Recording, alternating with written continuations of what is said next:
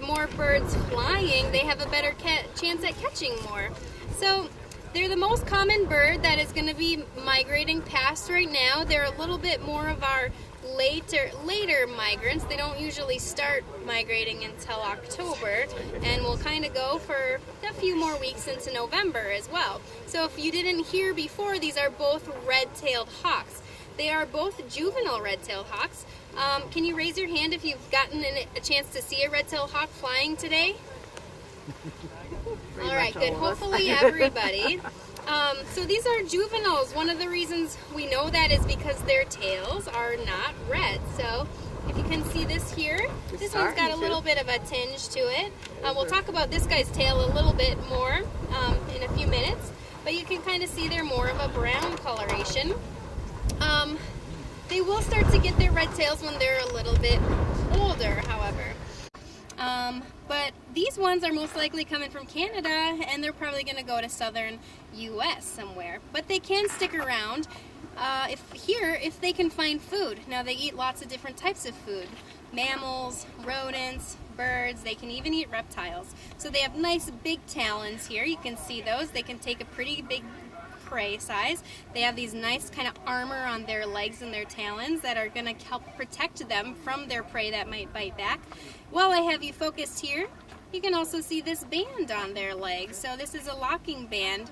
The bigger birds get this little tab on it, and just in case they would try to take it off, the bigger birds get it so they actually can't take them off. These are juvenile birds. Their legs are they're never gonna get bigger than they are right now though, so this band will never get too small. So one thing I want to point out about this bird that's pretty interesting, which sometimes when we're catching birds, we see things that are interesting about the individual bird, but we hope that we'll learn more after we release them and they get caught again. This bird particularly, if you see his tail compared to Allie's tail, there's might fan out a little bit. So these right here, does anybody see this kind of line that goes across right here? This is called a fault line on the tail. This tells us when this bird's tail was just growing in, that when it was a young bird, it was probably malnourished. It had a little bit of a harder time. When these birds just first hatch out of the egg, they're like white fluffy down fluff balls, and then they grow in their juvenile plumage.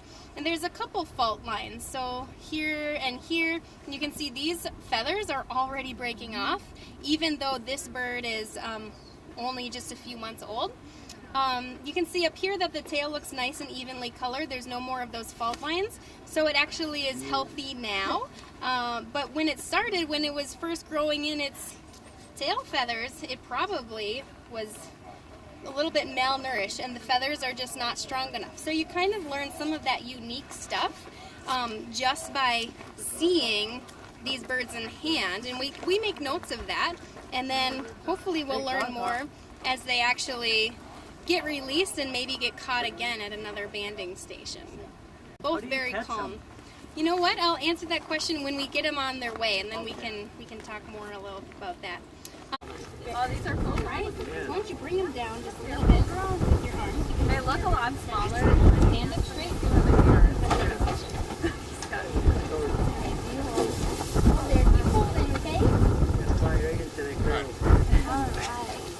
So hold on.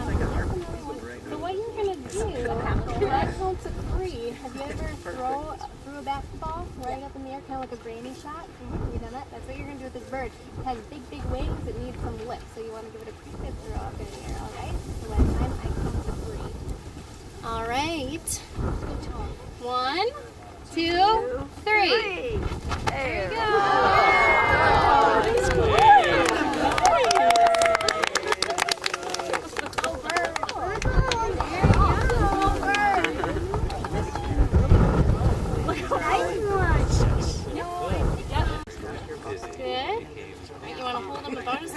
Holding your hands right now. Okay? He's not going to go anywhere. He's not going to struggle. All right, they're pretty calm. Right, and then we're going to make him look at Clinton so you can take a picture.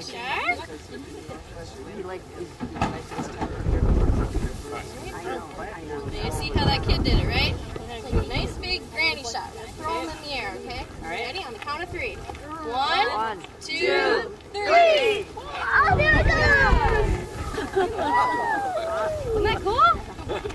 Well, you did great. Just like go.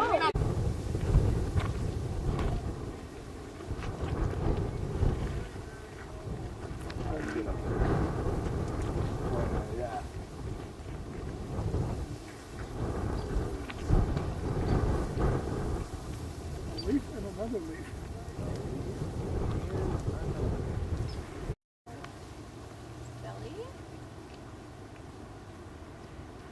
This leucistic bird is getting real close now. Oh, look at the markings on the back. What a spectacular bird.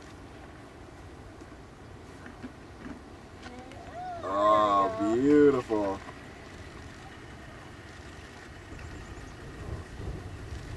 Oh my gosh.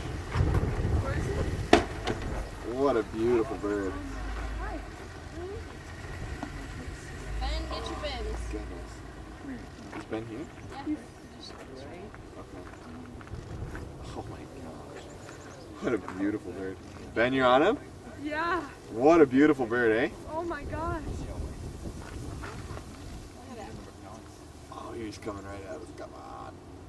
Keep coming, man. Come on, bird.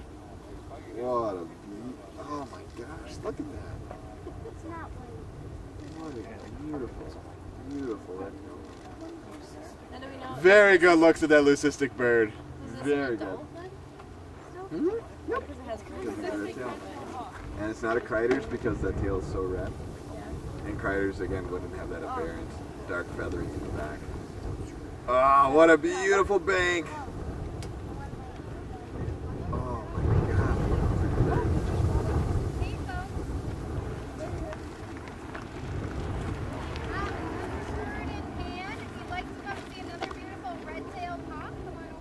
So a non-leucistic red tail this time.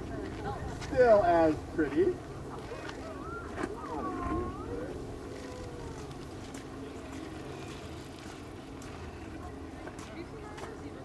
So he's trying to act super, super big and tough. So red tails, when they're trying to be defensive like this, they try to look super, super big. So you can see him right now. He's got his hackles up and his wings out. And this is one of the ways that he's going to show that he's a nice big bird. Some birds try to bite. Some of them will try to grab you with their feet. Especially falcons, they like to bite. These guys puff up. So you can see he's puffing up all of his belly feathers right here, as well as his hackles on his head. But when you haven't seen him puffed up like this, you're able to actually see that nice brown belly band. So all of the red tails, when you're trying to identify them in the air, you can look for that belly band. So if you were able to see that leucistic bird over there, you could also see that. This bird is pretty cool. It is an adult bird. So you can see that it does have the red tail. When they are juveniles, they do not have the red tails. You can also see that their necks are very, very flexible. So he was looking almost completely back. It's about 270 degrees they can rotate their head. They do have 14 vertebrae in their necks. So they're able to look for their prey and keep their bodies, or keep their heads still and kind of keep their bodies able to move.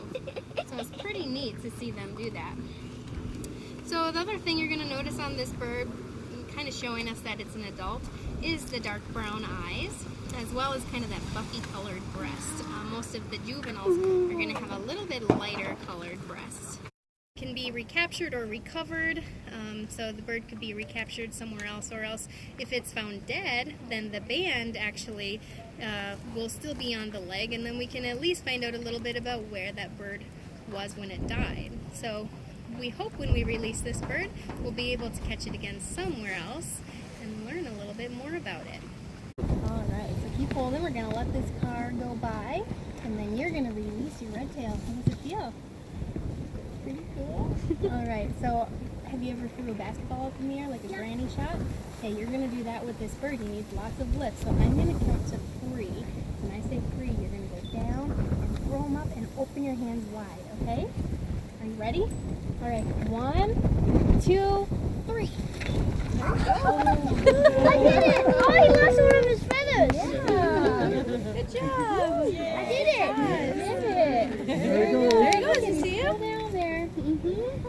He's down there swooping around.